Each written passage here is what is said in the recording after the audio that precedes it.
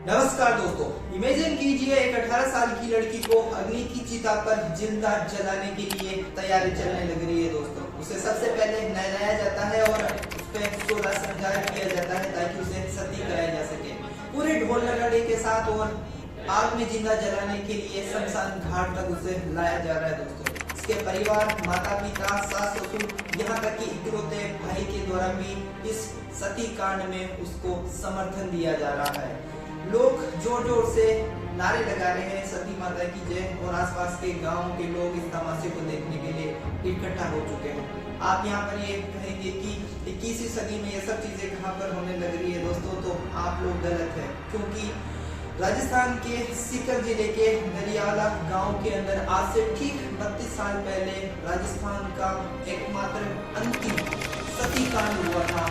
आइए इसी के बारे में डिटेल से आज की इस वीडियो में जानेंगे और जानेंगे कि ऐसी कुरीतियों और कुप्रथाओं के पीछे आखिर क्या कारण है। देवराला गांव राजस्थान के सीकर जिले में पड़ता है और यहाँ पर राजपूत समाज का एक परिवार रहता था, जिनका एक लड़का होता है जिसका नाम माल सिंह होता है, और माल सिंह एक पढ़ा लिखा ग्रेजुएट होता है। माल सिंह की ये असली तस्वीर है। माल सिंह की शादी तय होती है पास ही के गांव में रहने वाली एक लड़की जिसका नाम रूप कंवर होता है। दोनों की शादी बड़े ही धूमधाम से होती है और माल सिंह रूप कंवर के साथ जो शादी करता है उसकी तस्वीर ये है। शादी के महज 8 महीने बाद अचानक माल सिंह की तबीयत बिगड़ जाती है। उसे 1 सितंबर को जयपुर के एक निजी अस्पताल में भर्ती कराया जाता है।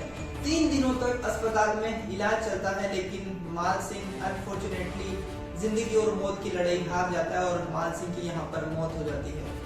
माल सिंह की मौत के बाद 4 सितंबर को उसके शव को उसके पैतृक गांव यानी देवराला गांव लेकर आया जाता है और अंतिम संस्कार की तैयारी की जाती है। लेकिन यहाँ पर कहानी में ट्विस्ट है दोस्तों।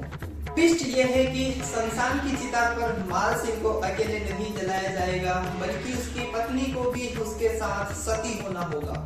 शादी को अभी महज 8 महीने ही बीते थे और मुश्किल से 20 दिन भी गौर ने अपने ससुराल में नहीं बिताए थे, लेकिन अब उसे ना चाहते हुए भी अपने पति के साथ जिंदा जलना होगा।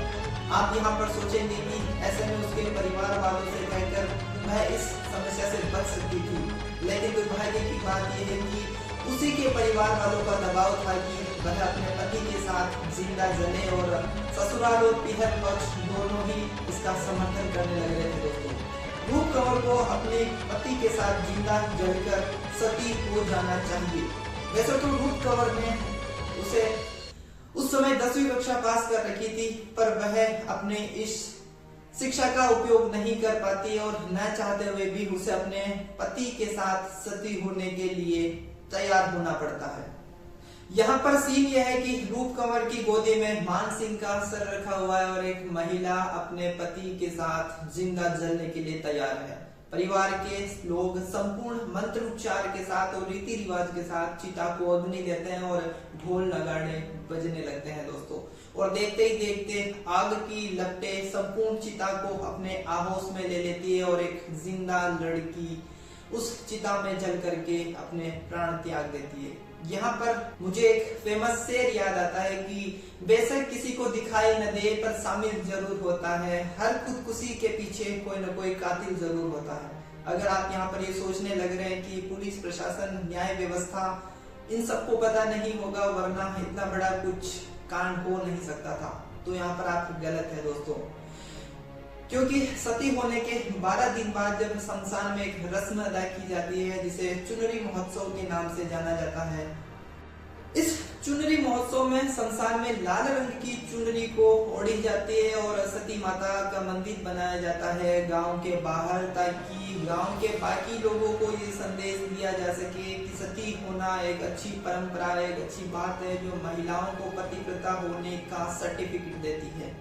जब महिला आयोग और विभिन्न महिला संगठनों को इसके बारे में पता लगता है तो वो तुरंत हरकत में आते हैं और लाड कंवर नाम की एक वकील जो जयपुर में रहती थी, उसने प्रशासन के पास जाकर के प्रशासन पर दबाव बनाया मदद करने का, लेकिन प्रशासन यहाँ पर उसकी सुनवाई नहीं करता। तब लाड कंवर पुलिस संगठन के साथ जोधपुर हाई कोर्ट के मुख्य न्यायाधीश JS वर्मा को चिट्ठी लिखती है और उन्हें हाई कोर्ट के द्वारा इस चुनरी महोत्सव पर रोक लगाने की मंजूरी मिल जाती है दोस्तों। यहाँ हाई कोर्ट के आदेश के बाद भी गांव के लोगों पर कोई विशेष फर्क नहीं पड़ता है और वे इस कोर्ट के आदेश की अवहेलना करते हुए हजारों की संख्या में शमशान की तरफ लोगों का हुजूम चल पड़ता है ताकि चुनरी महोत्सव को धूमधाम से मनाया जा सके। राजस्थान के तत्कालीन मुख्यमंत्री हरिदेव जोशी यहाँ पर प्रशासन को संकेत देते हैं कि गांव के अंदर न जाएं, बस वो 4 किलोमीटर की दूर ही बाहर रुक जाएं ताकि जनता में आक्रोश अधिक न भड़के पुलिस को देख करके और कोई जनहानि न हो। लेकिन अखबार, टीवी और प्रिंट मीडिया में खबर वायरल होने लग रही थी दोस्तों।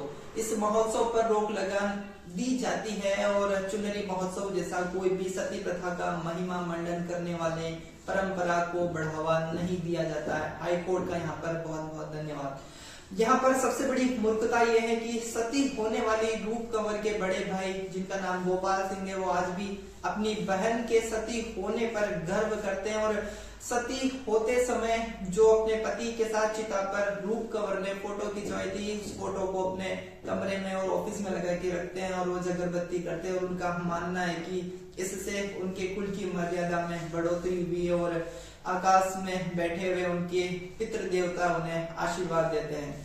तो गौर करने की बात यह है दोस्तों, क्या देवराला कांड के बाद में सती प्रथा समाप्त हो गई? तो ऐसा बिल्कुल नहीं है। राजस्थान में सती कांड की आलोचना पूरे देश भर में होती है और तत्कालीन गृह मंत्री गुलाब सिंह सत्तावत की अध्यक्षता में कमेटी का गठन किया जाता है। 1987 में सती प्रथा निवारण में महिला मंडल रोग अध्यादेश लाया गया और इसमें प्रावधान किया गया कि किसी विधवा महिला को सती होने के लिए प्रत्यक्ष या प्रत्यक्ष रूप से उकसाने या सती कराने पर उम्र कैद की सजा या फिर फांसी की सजा थी और इस काम में लिप्त पाए जाने पर 30,000 का जुर्माना या 7 साल की बामुशक्कत जेल की व्यवस्था की गई। लेकिन मंत्रिमंडल द्वारा अध्यादेश पारित होने के बाद राज्यपाल बसंत दादा पटेल ने 1987 में इस बिल पर दस्तखत करके इसे कानून का रूप दे दिया। वर्तमान समय में सती प्रथा की क्या हालत है? देश में 1987 के बाद 24 मामले सामने आए हैं जिसमें से महिलाओं को सती होने के लिए उकसाने के लिए केस दर्ज किए गए हैं पुलिस थाने में। इनमें से कुल 151 लोगों की गिरफ्तारी की गई, उनमें से 129 को रिहा भी कर दिया गया और 12 लोगों पर न्यायिक कार्यवाही चलने लग रही है दोस्तों। अगर आप इस केस के बारे में और भी जानना चाहते हैं तो सचिव ममता जेटली ने इस पर एक शानदार किताब लिखी है और उस किताब का नाम है रूप कंवर सती से लेकर के अदालत तक की प्रक्रिया। इसे आप जरूर पढ़ सकते हैं।